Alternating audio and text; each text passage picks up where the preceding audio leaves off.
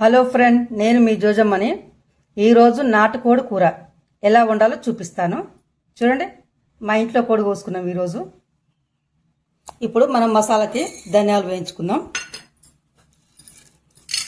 అలాగే దాల్చిన చెక్క, లవంగాలు, మిరియాలు ఇవి దోరగా వేయించుకుందాం. చూడండి, ధనియాలు అయితే వేయాయి. ఇప్పుడు తీసేసుకుందాం వీటిని.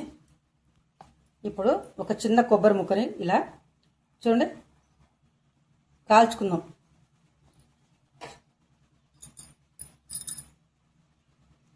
ఎందుకంటే టేస్ట్ చాలా బాగుంటుంది కొబ్బరి వేస్తే.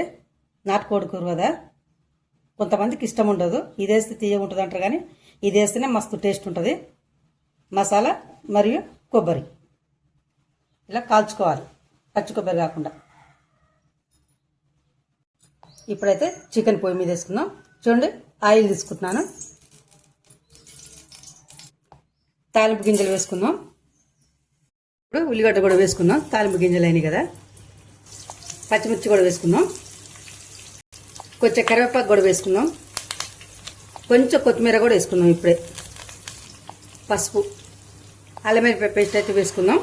ఒక 2 స్పూన్లు వేసుకుందాం, మంచిగా ఉంటుంది. ఎందుకంటే నాటుకోడి కాబట్టి ఈ మసాలాలు అల్లం వెల్లిపాయ ఉంటేనే చాలా టేస్టీగా ఉంటుంది. చూడండి, అల్లం వెల్లిపాయ పచ్చివాసన లేకుండా వేగింది కదా. ఇప్పుడు మనం తయారు చేసుకున్న చికెన్ అయితే వేసుకుందాం. మంచిగా 4 పక్కలు కలుపుకుందాం. ఈ అల్లం వెల్లిపాయ, పసుపు ఇవన్నీ కలిసేలాగా.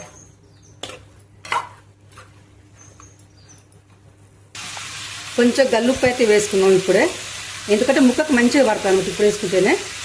చూడండి, కూర మంచిగా మగ్గింది కదా. ఇప్పుడైతే కారం వేసుకుందాం. నేనైతే ఒక 2 స్పూన్లు వేస్తున్నాను, ఎందుకంటే సరిపోతుంది. పిల్లలు ఉన్నారు కదా, వాళ్ళు ఎక్కువ కారం తినరు కాబట్టి మా ఇంట్లో అయితే మోతాదని వేసుకుంటున్నాం మేము తిన్నట్టుగా. ఇట్లా మంచిగా కలుపుకోవాలి. ఇప్పుడు కూరకు సరిపడా నీళ్లు పోసుకుందాం.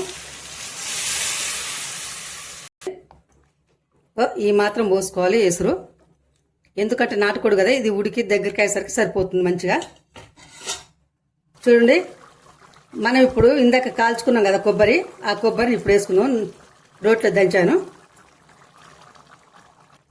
చూడండి, ఇప్పుడు మనం గరం మసాలా వేసుకుందాం. గరం మసాలా, ధనియాల పౌడర్, అట్లనే ఎల్లిపాయలు కూడా వాటితో పాటు దంచాను రోట్లో.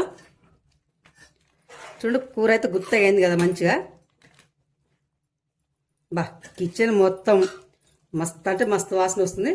అలాగే కొత్తిమీర కూడా ఇప్పుడే వేసుకుందాం ఇక, ఎందుకంటే గుత్తగైంది కదా కూర. ఈ విధంగా చేసుకోవాలి నాటుకోడి కూర.